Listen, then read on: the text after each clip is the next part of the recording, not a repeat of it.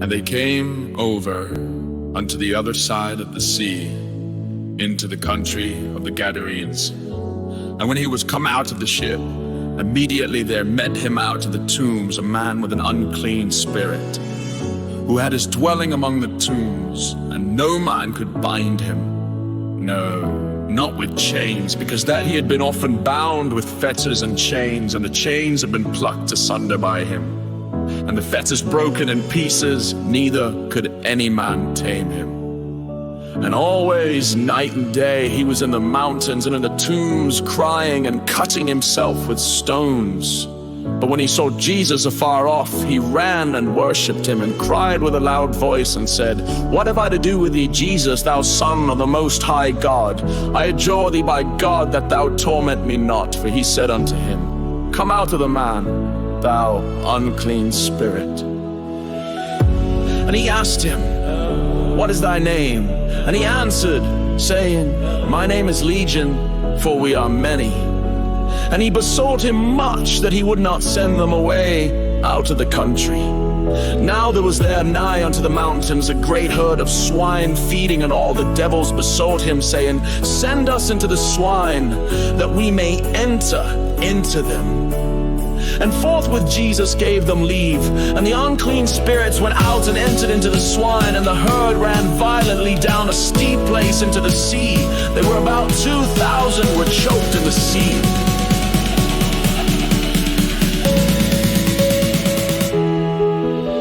And they that fed the swine and told it in the city and in the country, and they went out to see what it was that was done.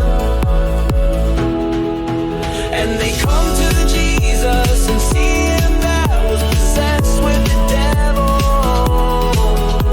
and had the legion sitting and clothed and in his right mind, and they were afraid. And they that saw it told them how it befell to him that was possessed with the devil, and also concerning the swine. And they began to pray him to depart out of their coasts. And when he was come into the ship, he that had been possessed with the devil prayed him that he might be with him.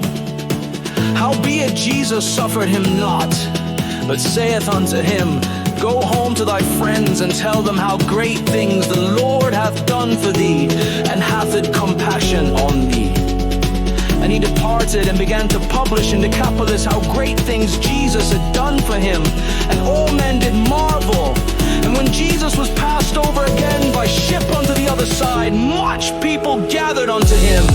And he was nigh unto the sea. And behold, there cometh one of the rulers of the synagogue, Jairus by name. And when he saw him, he fell at his feet, and besought him greatly, saying, My little daughter lieth at the point of death. I pray thee, come and lay thy hands on her, that she may be healed, and she shall live.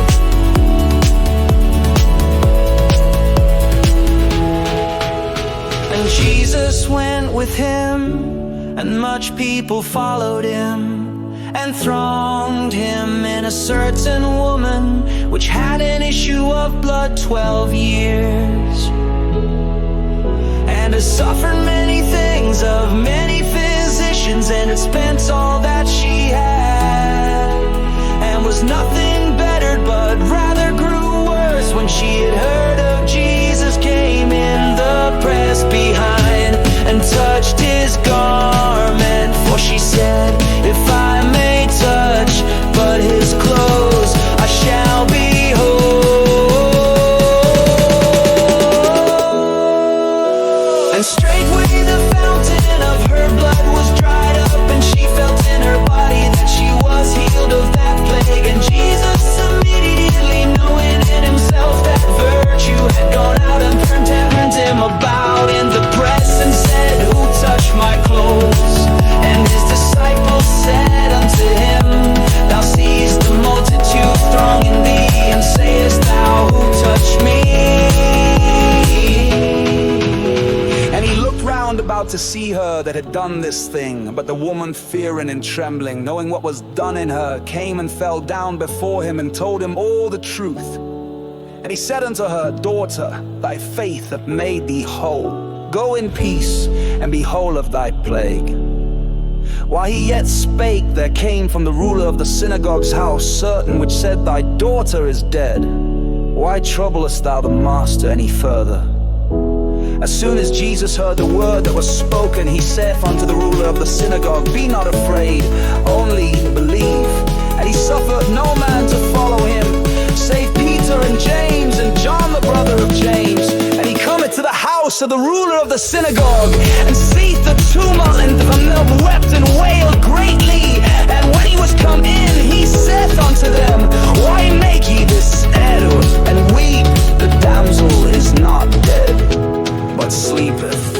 And they laughed him to scorn. But when he had put them all out, he taketh the father and the mother of the damsel, and them that were with him, and entereth in where the damsel was lying. And he took the damsel by the hand, and said unto her, Talitha cumi, which is being interpreted, Damsel, I say unto thee, arise. And straightway the damsel arose and walked. For she was of the age of 12 years. And they were astonished with a great astonishment. And he charged them straitly that no man should know it, and commanded that something should be given her to eat.